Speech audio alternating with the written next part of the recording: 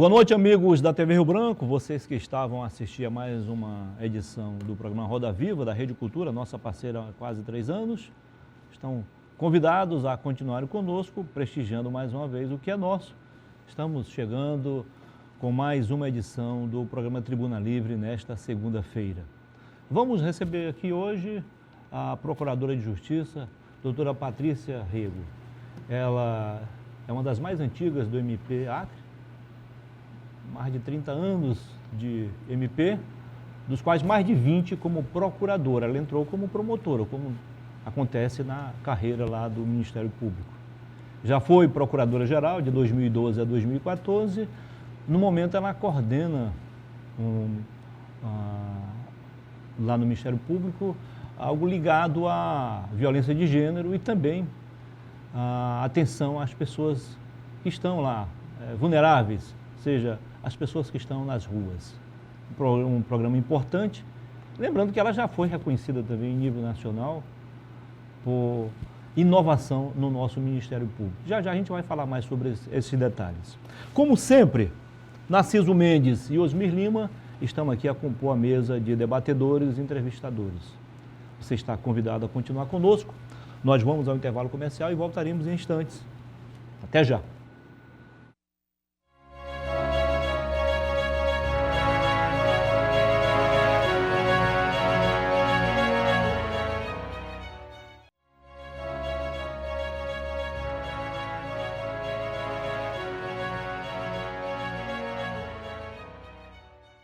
Voltamos agora em definitivo, começando para valer mais uma edição do Tribuna Livre, aqui na sua TV Rio Branco, canal 8.1. Desde já, muitíssimo obrigado pela sua audiência, você que nos prestigia na capital e também no interior. Seja bem-vinda, doutora Patrícia Rego, Procuradora de Justiça. Prazer recebê-la aqui no programa. O prazer é meu. Muito obrigada pelo convite. Uma honra aqui poder conversar. Nós temos muitas perguntas a fazer através dos nossos debatedores, entrevistadores, doutora, mas como a senhora é tão jovem, é a segunda mais antiga do Ministério Público. Daqui a pouco a senhora vai ficar a primeira decana, não é isso? Isso. Explique pra gente aí. Eu sou a subdecana do MP. Hoje, eu estava até conversando antes do programa iniciar, hoje o doutor Birajara, que é o nosso decano, faz 40 anos de MP. É uma data festiva, portanto, para o Ministério Público acreano. E eu sou a subdecana, venho atrás do doutor Birajara, eu tenho 30 anos de MP, mas eu entrei muito jovem, quer dizer, entrei com 24 anos, e tenho a honra de estar ali logo atrás dele na carreira, porque isso é antiguidade na carreira, e essa é uma honra que eu gosto de registrar. Para quem não lembra, a doutora Patrícia é filha do doutor José Rego, que foi secretário de Estado, exerceu outras funções em gestões diferentes, já deixou seu nome gravado de forma positiva na nossa história, e a senhora está deixando também. Doutor Narciso Mendes, muito boa noite, seja bem-vindo mais uma vez. Eu imaginava que a aparência física da nossa procuradora Patrícia, ela tivesse 30 anos de idade. Tem 30 e de eu MP. recebo o elogio. Mas, doutora Patrícia, a senhora sabe que eu tenho uma ligação afetiva com a sua família por uma razão que a senhora não sabe, mas não conhece os detalhes.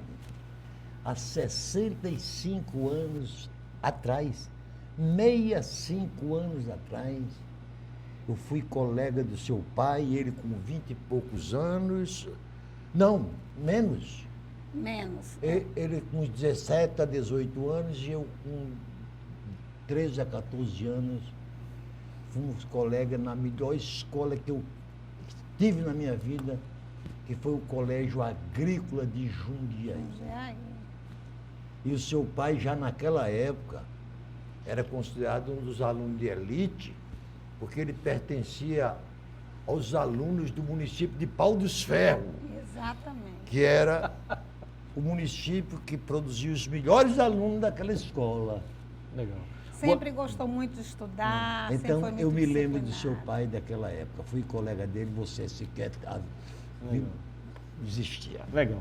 Seja bem-vindo também. Boa noite, Osmir Lima. Boa noite. E é um prazer enorme está entrevistando aqui a nossa procuradora, Isso. Patrícia Rei. Osmir, como você... Antes disso, minhas homenagens ao seu pai, que ele recupere Muito obrigada. saúde e vida Muito longa. obrigada. Deus no controle. Ele merece. Muito obrigada. Osmir, como você tem parente no Ministério Público, doutor Oswaldo Albuquerque Lima, meu amigo particular, gente boa, hoje exercendo um cargo em nível nacional, né? Exatamente, que nos orgulha No bastante. Conselho Nacional do também. Ministério Público, né? Legal. Faça a primeira pergunta à nossa convidada, doutora Patrícia. Bem, primeiro dizendo, você citou o Oswaldo, que é da mesma época da... Sim, Mesmo, do mesmo entramos, concurso. tem 30 anos de MP também. Legal. E eu acho que ele sucedeu a senhora lá no Comando Geral, não foi? Exatamente, Na Procuradoria Geral. é. isso. Doutora Oswaldo seria o Patrícia, eu sucessor. vou primeiro tratar até de um assunto particular. Antes da Constituição de 1988, o Ministério Público no Brasil não tinha a importância que tem hoje. E cuidando das questões sociais, das questões do povo brasileiro de uma forma geral, se limitava a ser um mero instrumento de acusação. Nós fizemos uma modificação profunda, dando poderes e autonomia ao Ministério Público, que passou a cumprir um papel fundamental para a justiça e para o Brasil. Eu mesmo apresentei, eu vou lhe mandar o livro pela minha filha, uma emenda que dá essa autonomia e também os poderes que deveria ter o Ministério Público. Mas não é essa a pergunta, eu apenas dou uma satisfação. Hoje se discute no Congresso Nacional e, ao mesmo tempo, no Supremo Tribunal Federal, o aborto, uma questão extremamente polêmica, que, no meu ponto de vista, deveria ser uma questão legislativa. Como é que a senhora pensa? A senhora viu os dois lados. Como é que a senhora pensaria de ser o aborto no Brasil? Bom, primeiro quero também fazer o registro aí, lhe homenagear, né, pela sua participação na Constituinte. Eu acho que isso é um privilégio que deve ser sempre ressaltado. É um marco da nossa jovem, né, ainda democracia, é uma mudança no Brasil que a gente deve reverenciar e comemorar até hoje. Essa Constituição, de fato, deu à sociedade brasileira um novo Ministério Público, um Ministério Público defensor dos interesses dessa sociedade e defensor do próprio regime democrático de direito. Daí as garantias, daí as prerrogativas, daí a simetria com o judiciário que nós conquistamos por ocasião da Constituição. Como legítimo fiscal da lei. Fiscal da lei, fiscal da Constituição e fiscal da democracia, garantidor da democracia, né? Dos direitos fundamentais do cidadão, que é a pedra angular da nossa democracia. Então, assim, parabéns, muito obrigada. Nós no MP precisamos te homenagear por isso. Com relação ao aborto, eu acho que o aborto também deve ser discutido no Congresso Nacional. Essa questão do aborto legal, né? Se nós vamos legalizar ou não. A gente precisa partir da premissa, hoje essa discussão está muito confusa dentro do cenário Concordo nacional. em gênero, número e grau. Também. Aborto no Brasil é ilegal. Só existem 3 possibilidades de aborto legal no Brasil. A primeira é quando coloca em risco a vida da própria mãe. A segunda é quando a mãe foi vítima de estupro. E essas 2 hipóteses, elas estão previstas no Código Penal desde 1940, ou seja, na primeira metade do século passado. A gente precisa ressaltar isso, né? Quanto tempo. E uma terceira, que foi agora em 2012, salvo engano, quando o Supremo Tribunal Federal considerou também a possibilidade de aborto legal no caso de feto anencéfalo, aquele que não tem condição de prosperar. Todos nós sabemos disso. Então, 3 hipóteses de possibilidade. Mas o aborto no Brasil é crime, né? Essa é uma discussão que se faz no mundo todo. Nós sabemos disso, né? Eu defendo que a mulher tem que ter uma voz ativa quando se trata de discutir as questões do seu corpo, não é? Então, eu acho que o aborto, ele é uma questão que tem que ser discutida no Congresso Nacional, porque nós vivemos numa democracia, e essa é uma questão que tem que ser ouvida toda a sociedade, mas tem que haver uma ampla discussão, uma ampla escuta da sociedade. Esse não pode ser um processo assodado de uma hora para outra, feita no apagar das luzes, feito sem transparência, feito sem audiências públicas e feito principalmente sem ouvir as mulheres. Perfeito, porque eles alegam, Assis, permite continuar ainda nesse tema, eles alegam que as mulheres pobres que não têm acesso a médicos especializados são as que mais têm problema quando há necessidade de fazer um aborto. Mas com certeza é isso mesmo. E advogam que após o 22º dia, se não me engano, é que seria proibido fazer o aborto. Até antes disso, ele não seria uma vida ainda. Eles têm razão nisso? Olha, isso é uma questão técnica. Isso é uma questão técnica. Sim. Agora, o projeto de lei não é bem assim. É aí onde está a desinformação, né? Porque eu vou pegar, eu trouxe até o texto legal aqui do projeto para a gente ver exatamente, deixa eu ver se eu acho aqui rapidinho o texto legal, para a gente ver como é que está escrito no projeto, para não fazer aqui uma afirmação leviana. O que é que passa, né, a ser criminalizado? E essa que é a questão. Provocar aborto em si mesmo ou consentir que outro lhe provoque quando houver viabilidade fetal presumida em gestações acima de 22 semanas, né? 22 semanas. Isso. Quando houver viabilidade fetal presumida em 22 semanas. Esse é um artigo que confere uma gama, um espectro muito grande de interpretação. Sim, bem isso subjetivo, pode né? interferir, inclusive, com relação às hipóteses, inclusive, outras hipóteses legais. E a questão do projeto é que ele traz uma inovação legislativa, que é a penalização de uma mulher que sofre estupro e que, eventualmente, faça um aborto. Isso é o que tem de mais absurdo no projeto. Essa mulher, uma vez que esse projeto de lei se torne lei, poderá pegar uma pena superior à do próprio estuprador. Porque a pena que está prevista no projeto de lei é a pena de homicídio simples. E a pena máxima é 20 anos. E a pena de estupro no Brasil, a pena máxima é 10. Então, é um projeto irrazoável. Nós não podemos criminalizar mulheres e meninas vítimas de estupro. E aí, quando a gente fala desse assunto, é preciso que a gente faça um destaque também para nosso contexto brasileiro. No Brasil, mais de 70% das mulheres, né, que sofrem estupros, elas são, na realidade, meninas, elas são adolescentes. Isso a gente tem dados estatísticos de várias fontes, né? O Fórum Brasileiro de Segurança Pública publica isso, o IPEA publica isso. Então, no Brasil, quem sofre estupro, na sua maioria, são meninas, são adolescentes. Onde que esses estupros ocorrem no Brasil? Nas casas. E as estatísticas mostram isso. Há no imaginário popular um certo tipo de que o estupro ele acontece no meio da rua por um desconhecido, né? E isso não é verdade. Uhum. Isso acontece, pode acontecer, mas é uma minoria, né?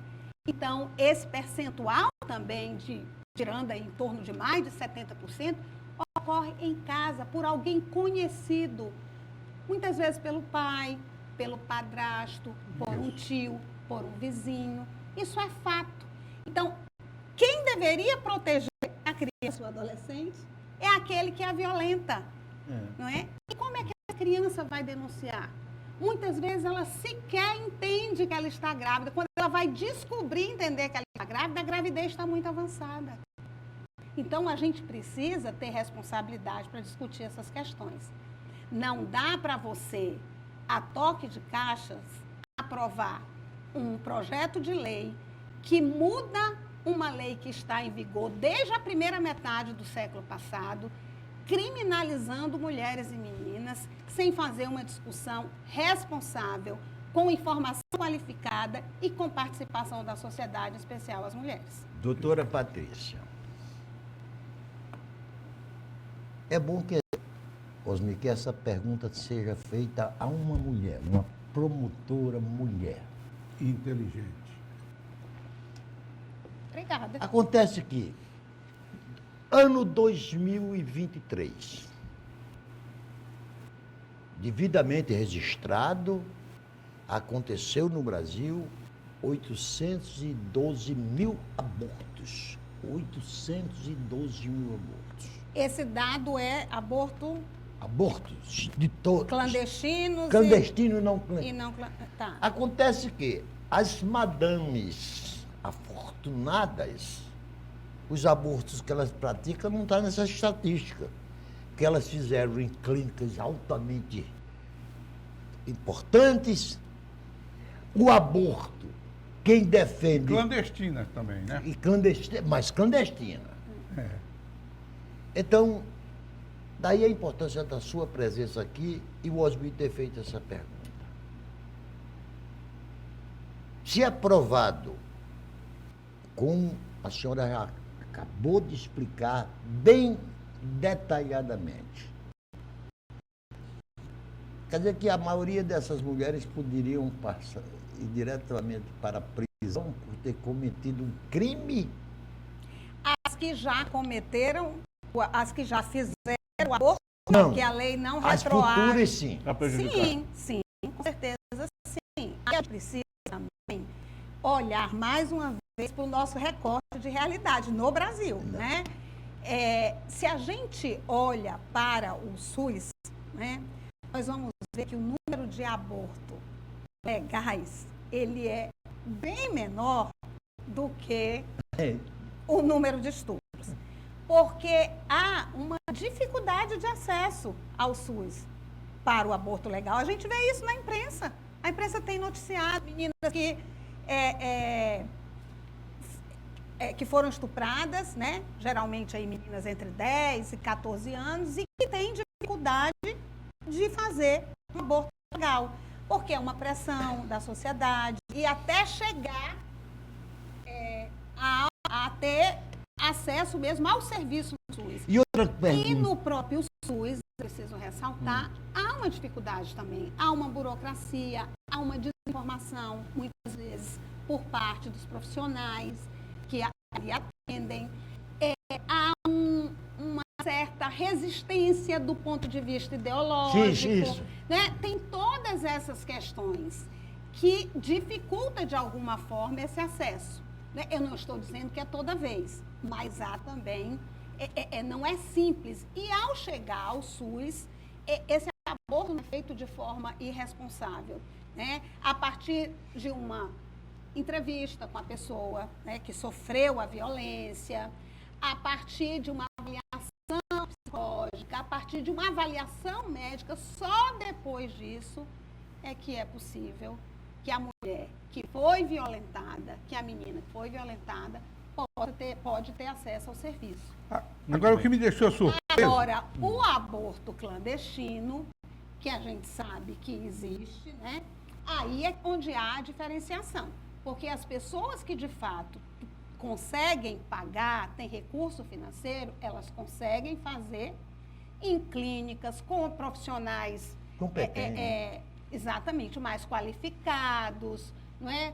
Com uma segurança e correndo menos riscos, claro, para a sua vida e para a sua integridade física. Agora, as pessoas que não têm recurso financeiro e que, na sua maioria, quem sofre estupro são crianças, meninas e mulheres em lares vulnerabilizados, elas vão fazer aborto de qualquer jeito.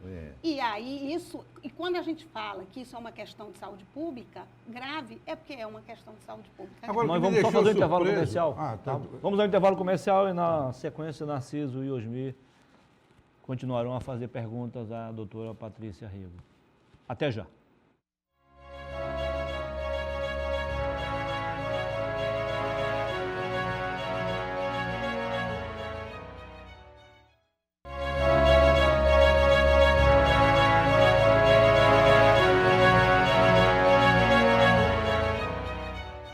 Ok, estamos de volta com a segunda parte do Tribuna Livre desta segunda-feira.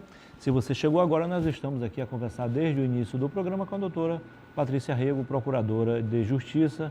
Ela também que é do Núcleo de Apoio e Atendimento Psicossocial na Terra e também do Centro de Atendimento à Pessoa... A vítima. A vítima, isso Vítima mesmo. de violência. Vítima de De gênero. violência. São duas atividades além de procuradora. Como sempre, estamos aqui com o nosso caricaturista, o nosso chargista Daniel Cabral, sorridente ali, dando uma caprichada na caricatura da doutora Patrícia ali. Já está quase pronta. Só basta, Muniz, que ele não faça caricatura, não. Faça um retrato. É, né? Não, mas eu quero só Pode manifestar ir. minha surpresa, porque depois a gente toca no outro assunto. Narciso dá continuidade em outro assunto. Quando a senhora disse que essa lei que tramita no Congresso Nacional, já foi aprovado no Senado, e está na Câmara dos Deputados, já com parecer favorável da Comissão de Constituição e Justiça, ela tem uma pena duplicada de quem faz o aborto do estuprador. Isso é uma incoerência que eu não consigo entender, doutor. É o que eu falei numa entrevista anterior. A repórter me perguntou, mas doutora, do ponto de vista jurídico, eu falei, olha, você não precisa ser jurista para entender que isso é irrazoável. Basta ser desumano, entendeu? Quando você é desumano, você realmente não compreende isso. Agora, eu queria trazer mais um dado, quando a gente fala de estupro, porque a gente tem que trabalhar com o contexto brasileiro. E com o nosso contexto aqui do Acre. O Acre tem a segunda maior taxa de estupro de mulheres, estupro de meninas do Brasil. É mesmo. Nós estamos no segundo lugar no ranking há muito tempo. Nós só perdemos, salvo engano, para Roraima. Não me lembro agora se é Roraima, é um estado do norte também. Esse vice-campeonato ainda não nos dá orgulho nenhum. E o Acre tem a segunda maior taxa de fecundidade também de meninas. Salvo engano, entre meninas de 10, deixa eu não errar aqui, vou pegar o dado correto. Esse é um dado que saiu essa semana, inclusive. Deixa eu ver aqui. Não estou achando o dado, mas saiu essa semana um dado, foi bem divulgado pela imprensa, que o Acre tem a segunda maior taxa de fecundidade também de meninas, só perde para Roraima. Então, esses dados são todos coerentes, não é? Então, você tem a segunda maior taxa de estupro e você tem a segunda maior taxa de fecundidade de meninas. E nós temos a segunda maior taxa para estupro de mulheres maiores e para estupro de vulneráveis. Né? E a gente precisa saber, também lembrar, que a gente tem nos municípios áreas, né, a zona rural, a nossa floresta, de muito difícil acesso. Esses crimes, esses abusos acontecem no interior, aí na zona rural, e essas meninas não têm acesso, né? Porque isso acontece dentro de casa. Quando a gente vai descobrir, eu estou sempre batendo nessa tecla, é muito longe.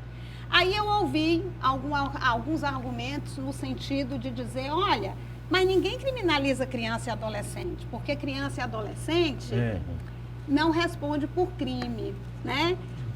Nós vamos criminalizar, então, só as mulheres, né? As mulheres que cometerem estupro podem ter a pena maior do que o seu estuprador, mas as meninas, não. É esse o argumento. Ora, não é bem assim. A gente sabe que existe no Brasil uma coisa chamada ato infracional, não é? Que é o equivalente para o crime. Então, a criança e o adolescente, ela não fica impune, né? Ou melhor, o adolescente não vai ficar impune ali, e a criança, eles têm medidas protetivas, têm medidas socioeducativas. Então, há uma responsabilização, sim, não é? Então, o argumento é um argumento que precisa ser melhor colocado e melhor informado. Criminaliza, sim, Criminaliza sim e a pena é maior do que o estuprador. E outra coisa, quem estupra uma criança que é estuprada, uma menina que é estuprada, ela é a mesma coisa que você matar, porque você não mata fisicamente, mas você mata a alma, você mata o espírito, você mata o futuro. E quando você mata uma criança, você está matando o futuro da nação também. Então, a gente precisa ter muito cuidado. Pois não, Nazaré? Doutora Patrícia, artigo 5º da nossa Constituição, cláusulas pétreas, parágrafo 2º. Direitos e garantias fundamentais. 3 são os poderes da nossa República. 3. Executivo, o principal dele é o legislativo, diga-se de passagem. A representação do Executivo. povo. O Ministério Público não pertence, de fato, a nenhum dos 3. Não. O Ministério Público se considera um 4º poder? O Ministério Público não é um 4º poder. O Ministério Público ele tem um status diferenciado, uma natureza jurídica diferenciada. Os constituintes, de forma sábia, né, colocaram o MP nesse status diferenciado justamente porque ele é o guardião da democracia, né? Ele é o guardião fiscal dessa Constituição, não é? Então, ele tem que ter um status diferenciado mesmo. Eu acho que o Constituinte foi muito sábio nisso. Então, isso demonstra o tamanho da nossa responsabilidade, né? O tamanho da nossa missão e que deve ser conectada com a realidade do povo brasileiro. Nós não podemos estar distante dessa realidade. Isso é algo que a gente precisa. Nós temos que ter a humildade para se conectar com o povo brasileiro, para conhecer a realidade, sair dos nossos gabinetes, entender a realidade, porque a minha realidade é diferente da maioria do povo brasileiro. Eu tenho um padrão, nós vivemos num país de imensa desigualdade social. Aliás, eu acho que esse é o nosso maior problema, né? As pessoas dizem que o maior problema do Brasil é a corrupção. O maior problema do Brasil é a educação, negligenciamos com política. Tudo isso decorre da desigualdade social. E enquanto nós não enfrentarmos a desigualdade social nesse país, nós não vamos avançar. E parece que a gente está andando para trás nos últimos tempos, né? Então, eu não tenho, a minha realidade é muito diferente da maioria do povo brasileiro. Eu preciso conhecer. Se eu lido com garantia de direitos fundamentais, que essa é a missão do Ministério Público, se eu tenho que garantir saúde de qualidade, educação de qualidade, combater a violência, buscar a igualdade de gênero, combater a discriminação racial, combater a discriminação por orientação sexual, eu preciso conhecer essa realidade. Então, eu tenho que ir no SUS, eu tenho que conhecer o hospital, né? Lá no município, o promotor que está lá no interior, ele tem que ir conhecer o hospital da cidade dele. Ele tem que ir no pronto-socorro, ele tem que ir nas escolas, ver como é que está funcionando isso. Eu tenho que atender as pessoas que sofrem violência. Eu coordeno um centro que atende mulheres vítimas de violência. Eu até falei e coloquei à disposição também no outra entrevista, vou fazer aqui, eu convido os nossos parlamentares que vão votar o PL, passar um dia lá no Centro de Atendimento à Vítima, conhecer, ouvir as histórias, as dores dessas mulheres que sofrem violência sexual. Doutora, a senhora tocou num ponto, para mim, fundamental. O Ministério Público, como autor da ação, ele é o autor da ação, ele que inicia uma ação processual, precisa conhecer a realidade de cada lugar em que ele está vivendo. 2 grandes problemas, uma a senhora já abordou, que é a desigualdade social gritante, injusta, eu usaria até uma expressão mais miserável que existe no Brasil. Escandalosa. Escandalosa. Outra são as desigualdades regionais. O Brasil jamais será um grande país enquanto nós tivermos Norte e Nordeste empobrecidos. Aí vem uma questão que envolve o problema ambiental.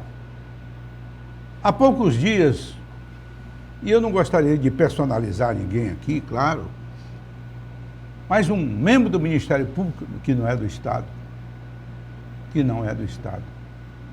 talvez sem conhecer a nossa realidade, entra com ação proibindo a construção de uma estrada, digamos, para o município de Porto Walter. A população está revoltada lá, porque nessa época do ano, e a senhora sabe disso, os rios que vão em direção ao Peru, o rio Juruá, eles ficam secos. Vai-se dizer que para chegar a Taumatuba tem uma cachoeira no meio, né? Então você não tem nem como trazer os produtos, a não ser de avião, o que encareceria bastante. A senhora não acha que o bom senso deveria levar esse membro para ir ver o problema na região? E o Estado tem como prevenir qualquer tipo de desmatamento nas suas margens, ou ocupação das margens da estrada. O Estado tem instrumento para proibir isso. Alguém construiu uma casa, quer fazer uma fazenda, manda derrubar. Enquanto isso, a população reclama. Porque o que eu vejo é um certo extremismo da conservação ambiental, e ela precisa ser mantida, a conservação é importante, mas desde que não leve a nossa população também à miséria, que dê condições de, com essa diversidade ambiental aí, fazer com que eles aproveitem o que a floresta tem de riqueza para continuar em pé e eles ganhando algum dinheiro. Então, Osmi, eu agradeço você trazer a questão da desigualdade regional, porque a gente fala muito em desigualdades, desigualdade de gênero, desigualdade racial, né? Enfim, mas a gente nunca fala da desigualdade regional. Depois tu me lembra da tua pergunta, porque eu posso me perder, mas eu vou aproveitar aqui o programa para falar de algo que me revoltou bastante, que foi aquela decisão recente contra a cota regional na UFAC. Aquilo é um exemplo de uma decisão desconectada com a realidade. Aquela decisão lá veio do Tribunal Regional Federal da Primeira Região, de um juiz que está distante daqui e que não conhece a nossa realidade. No Acre, a gente sabe da dificuldade de nós termos médicos aqui. A gente sabe disso. Essa faculdade de medicina na UFAC, esse curso foi criado para suprir uma deficiência que é nossa aqui. A gente sabe da dificuldade que é. Você viaja nesse interior. Aqui, em Rio Branco, a gente não tem especialista, né? Você procura especialista de alguma coisa, você acha um. Então, a universidade é uma forma, o bônus regional é uma forma de, sim, quando a gente garantir que os alunos que estão aqui, que a gente sabe que não tem, muitas vezes, em razão do próprio ensino, de concorrer com os alunos de São Paulo, de Minas, né? Alunos com mais privilégios em termos de oportunidade escolar. E isso foi uma forma, isso é uma política afirmativa, como tem política afirmativa para a igualdade racial, as cotas raciais, não é isso? Isso é uma política afirmativa que é para combater a desigualdade, mas para combater, no caso, a desigualdade regional. Então, a gente sabe que na hora que você tira o bônus regional, quem vai acessar essas vagas vão ser todo mundo de fora. A gente sabe que essas pessoas não vão ficar aqui, não tem vínculo com o Estado. Então, a gente jamais vai avançar se a gente não tiver política afirmativa para isso. Aí vem uma decisão lá de cima, que não conhece a nossa realidade, exatamente, que não sabe, esse é um exemplo. No caso dessa ação aí, eu não conheço o caso concreto. Eu estou falando do caso da cota regional porque eu conheço o caso concreto. Essa ação eu não conheço, então não posso falar. O que é que eu entendo? Eu sou uma pessoa que entendo, acredito nisso realmente, de alma e coração, que num desenvolvimento sustentável. Eu acho que hoje não existe desenvolvimento se a gente não sem o componente ambiental. Porque a sustentabilidade, ela é ambiental, ela é social, né? A gente sabe Econômica. que ela tem econômica, ela tem vários componentes. E eu acho que nós temos hoje o maior ativo, a gente fala tanto de commodity, do planeta, que é a nossa floresta, que é a nossa diversidade cultural. A nossa água. A doce. nossa água, e nós não estamos prezando por isso, e o Estado não tem feito o seu papel prezando por isso. Então, muitas vezes, a gente critica a atuação do MP na área ambiental, e veja bem, eu não conheço o caso concreto, mas, às vezes, o Estado não cumpriu o papel dele de licenciar a obra, de fazer uma avaliação de impacto ambiental correta, entendeu? E, muitas vezes, o membro do Ministério Público é obrigado a cumprir a sua função, porque senão ele vai estar prevaricando, né? Então, eu acho que a gente tem que fazer desse nosso ativo ambiental o melhor, porque não existe, não dá realmente para a gente também manter a floresta em pé sem dar condições econômicas para o nosso povo sobreviver. Mas aí, Isso é verdade. permite, Narciso, só Você dar faz a observação no segundo bloco, no terceiro bloco, tá bom? Não esquece, não. O que toda Só pra vez que eu vou gente- falar, tu possa... Não, é porque o tempo já está estourando já. Você não esquece, não, você volta já já. Vamos ao intervalo comercial e voltaremos em instantes. E você continua conosco, claro. Até já.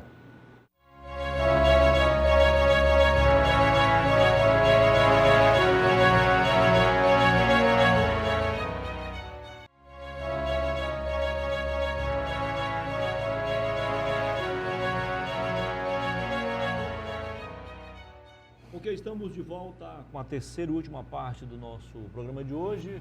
Tribuna Livre aqui na sua TV Rio Branco, canal 8.1. Mais uma vez, muitíssimo obrigado pela sua audiência. Você que nos prestigia na capital e também no interior. Siga-nos nas redes sociais, @o Rio Branco. Nossa programação também está disponível para você no nosso portal, na internet, oriobranco.net, e também no nosso canal no YouTube, ok? Ô, Osmir, não é pergunta, já você vai fazer a pergunta, só uma observação. Segue o líder, nós já somos o líder em taxa de fecundidade. Quase 3 filhos por uma mulher. Pronto. Precisamente 2,95. Já. E de meninas, né? Exatamente. Meninas. Segue o líder. Só perdemos para o Amazonas, 2,59, e o Maranhão, 2,56. Diga aí a idade das meninas. É, mais ou menos nessa faixa aí, É. de 10 a 14 anos. 10 Meu a Deus 14 do céu. anos. E um detalhe, o Rio de Janeiro é o segundo, aliás, São Paulo é o que tem menos. São Paulo tem 2, aliás, 1,66. Rio de Janeiro tem 1,68. Olha a diferença regional, viu, Osmir? A diferença regional também está presente aqui. Do Sudeste para o Nordeste, do Nordeste para o Norte. Que coisa, né? Não esqueçam de falar também sobre algo que é muito importante para o público que está nos ouvindo, que é a questão da violência doméstica e do feminicídio, dos canais de Isso. denúncia. Isso eu vou deixar para o Narciso fazer essa pergunta, porque eu que tenho só uma observação a fazer Tá. ainda, Pois não. sobre a questão que a senhora colocou no bloco anterior, e que o Ministério Público precisa conhecer a realidade de cada lugar onde ele está instalado. Um dia desse, esse mesmo Ministério Público, que não é estadual,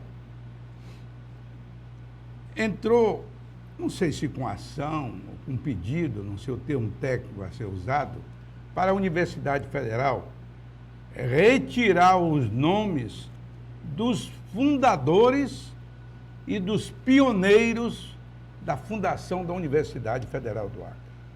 Nomes como Amar Sabino, como Geraldo Mesquita, porque participavam da revolução, do golpe, seja lá o que eles dizem, 64. Mas nós, acrianos, conhecemos cada um. Eu, Narciso, eu não vi nenhum deles aqui fazer perseguição. O seu pai foi vice-governador de um desses governadores, Joaquim Macedo. Joaquim Macedo. Seu pai era um homem sempre foi e é um homem decente, incapaz de fazer qualquer maldade, qualquer perseguição, qualquer tortura, e prestou relevante serviço a esse Estado, inclusive junto à Universidade Federal, onde foi professor. Por que retirar? Em nome de quê? Que mal eles fizeram? Tem alguma comprovação de maldade que fizeram, de perseguição, de tortura nesse Estado? Isso também não é uma injustiça que se comete contra a história. É mais um caso concreto que eu também não conheço a ação, né, a fundo, mas eu sei que essa é uma ação que tem sido feita no Brasil de forma coordenada, que é uma ação de o que a gente chama de justiça de transição. Então, o que é a justiça de transição? Muita gente não sabe nem o que é a justiça de transição. Justiça de transição é aquela que ocorre em todos os países onde a democracia foi suprimida. E esses países passaram por períodos ditatoriais, que foi o nosso caso. A gente sabe que a ditadura, você sabe, Narciso disse, torturou, matou milhares de pessoas. E essa justiça de transição é uma forma de restaurar, de dar dignidade, de reparar os danos às vítimas indiretas, aos familiares, que passaram por essas torturas. Então, as pessoas que tiveram envolvimento, de alguma forma, né, com mesmo pacificamente? Pois é, isso é uma questão que aí tem que ver no caso concreto. Mas o que eu acho que o que aconteceu no caso dessa ação é a implantação de uma justiça de transição. E aí eu vou aproveitar, Osmi, me permita, para fazer aqui até um registro de uma indignação minha. Eu acho que no nosso país, a gente pecou com essa questão da justiça de transição, porque nós não temos, os jovens não sabem o que foi o período militar. Não sabem, tanto que a gente teve, o que é que nós assistimos aí no dia 8 de janeiro, né? Nós assistimos um ataque à democracia, pedido de intervenção militar, e as pessoas, você construiu a democracia no nosso país, você disse aqui, você restaurou a nossa democracia, e isso foi à custa de muito sangue, né? Nós sabemos disso, né? Muito suor, muita energia, luta de todos que, né? Nós temos que honrar isso, e esses jovens não sabem da nossa história. Olha, vocês conhecem a Alemanha, já foram a Berlim? Já tiveram o prazer de ir a Berlim? Eu estive em Berlim há uns 3 anos atrás, eu fiquei surpresa. Berlim é um museu a céu aberto com vários monumentos mostrando o Holocausto, para que o povo da Alemanha nunca esqueça não há um símbolo referente ao nazismo, de qualquer... Eles suprimiram tudo. Então, eles fizeram a justiça de transição, né, como deveria ser feito. E olha o que é que nós temos hoje, olha o que é que a Alemanha representa hoje para o mundo e o que é a Alemanha. Então, é esse contraponto que eu gostaria de fazer. Agora, lógico, né, aí os casos concretos, eu não tenho assim como comentar, porque não é uma atuação nossa, não foi uma atuação minha, mas isso é o que a gente fala de justiça de transição. Doutora Patrícia, a senhora está respondendo com tamanha clareza os nossos questionamentos, que eu vou trazer para o debate aqui mais um outro questionamento. Eu vejo com muita preocupação uma discussão que está vivíssima ultimamente, que é uma disputa entre o Supremo Tribunal Federal e o Poder Legislativo, um acusando o outro, sobretudo o Poder Legislativo acusando o Supremo de estar se envolvendo muito na definição de leis, de interpretação de leis. E de fato, vez por outra está o Supremo decidindo. Mas só que essas decisões, o Supremo está pagando a conta, mas porque o Legislativo não providenciou do estabelecimento de uma lei para disciplinar. A lei do aborto, por exemplo, foi instituída em 1942 e voltou agora, novamente. Eu pergunto, a justiça está se envolvendo na definição de poderes quando a pena deveria ser o intérprete dessa lei, o julgador dessa lei, das suas infrações? Olha, eu vou lhe dizer uma coisa, eu acho que essa polarização extrema-direita, extrema-esquerda, tem feito muito mal para o nosso país. Concordo plenamente. Sabe? Eu me entristeço muito. Eu estive recentemente na Colômbia, fui fazer um curso em Justiça de Transição, e a Colômbia é um país marcado por conflitos armados, né?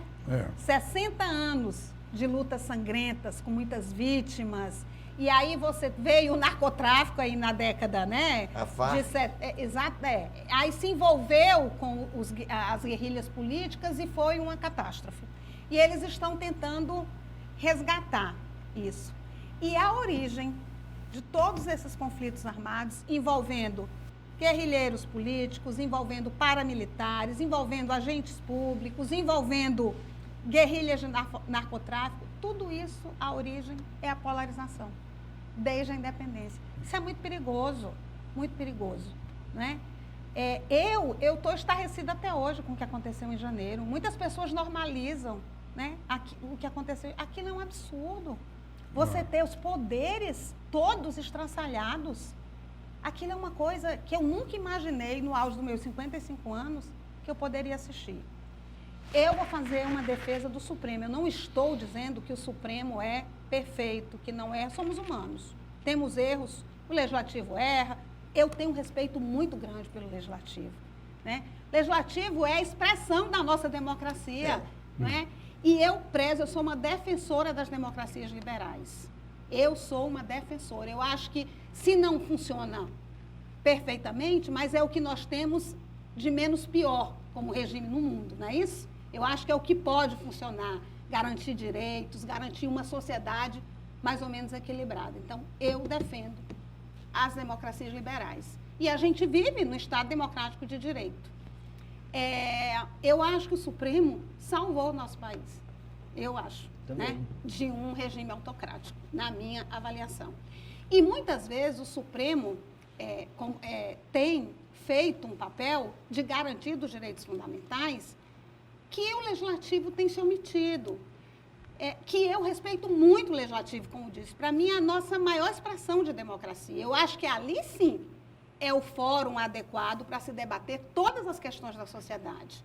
Eu defendo isso. Inclusive, disse isso aqui com relação ao aborto. É ali. Agora, eu vou lhe dar um exemplo só, tá? Direitos fundamentais da população LGBTQIA+. O nosso Congresso nunca legislou, nunca garantiu um direito. Todos os direitos e essa população existe. Nós temos gays, nós temos lésbicas, nós temos pessoas trans, elas existem, elas trabalham, elas pagam impostos, elas são tão cidadãs quanto eu, que sou heterossexual, entendeu? Quanto você. Elas pagam imposto igual a gente, elas têm direito. Então, nenhum direito da população LGBTQIA+, direito a um casamento, direito previdenciário, direito à adoção, direito a não ser discriminado, a não ser violentado. Tudo isso foi o Supremo que garantiu. Ele está garantindo a democracia, porque o pilar da democracia é a garantia dos direitos fundamentais. A população brasileira precisa entender que uma democracia, ela é, sim, o regime da maioria do povo. Concordamos disso? Com respeito às minorias. E qual é o respeito às minorias? O que é que garante esse respeito às minorias? São os direitos fundamentais. O limite da democracia, que é esse regime da maioria, o que impõe limite são os direitos fundamentais. Doutora Patrícia. E quem garante os direitos fundamentais, quem é que tem garantido? O Supremo Tribunal Federal. Semana passada, o atual presidente disse praticamente a mesma coisa que o ex, que o Supremo se mete em tudo. Qual a sua opinião sobre isso? Acabei de dizer. Eu acho que o Supremo se mete quando tem que garantir. Agora, estou dizendo aqui que não há excesso, que não. Eventualmente, nós somos humanos, isso é da nossa natureza. Isso pode ser corrigido. E a política é para isso, não é para isso a política? Mas, doutora, a senhora acabou de fazer, ainda que dizendo que respeita, mas indiretamente, uma crítica ao Legislativo que eu endosso. Não, mas é crítica mesmo. Estou fazendo uma crítica mesmo. Tenho o maior respeito, mas com relação a essa questão é uma crítica. Agora, a senhora imagina o seguinte. como melhorar com essa legislação eleitoral e partidária, que cada vez que eles modificam, piora. Eu vou dar um exemplo, eu sou contra, absolutamente contra o fundo eleitoral. O cidadão que paga imposto não tem que bancar campanha de ninguém. Os partidos que se organizam e arrecadem recursos para si.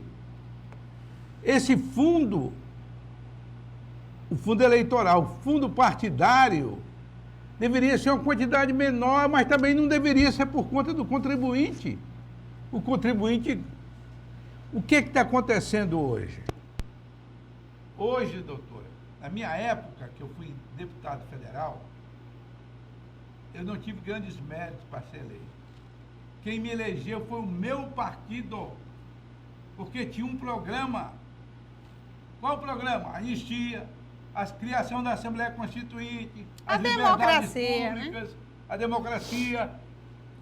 E isso, o povo absorveu bem essas ideias do meu partido. E eu era, no Juruá, o representante desse partido. E tinha ideias. Hoje os programas partidários não existem. Essa enormidade de pequenos partidos que não representam nada. Há um tempo desse atrás, doutora, eu vi aqui no jornal local um partido oferecendo vagas. Nós temos vaga para deputado estadual. Como melhorar o poder legislativo com esses métodos, com essa legislação, para aí sim nós termos verdadeiramente em quem confiar. Porque eu sou muito sincero com a senhora. Eu não sou tão bipartidarista, mas sou a favor de uma diminuição de partidos e de programas.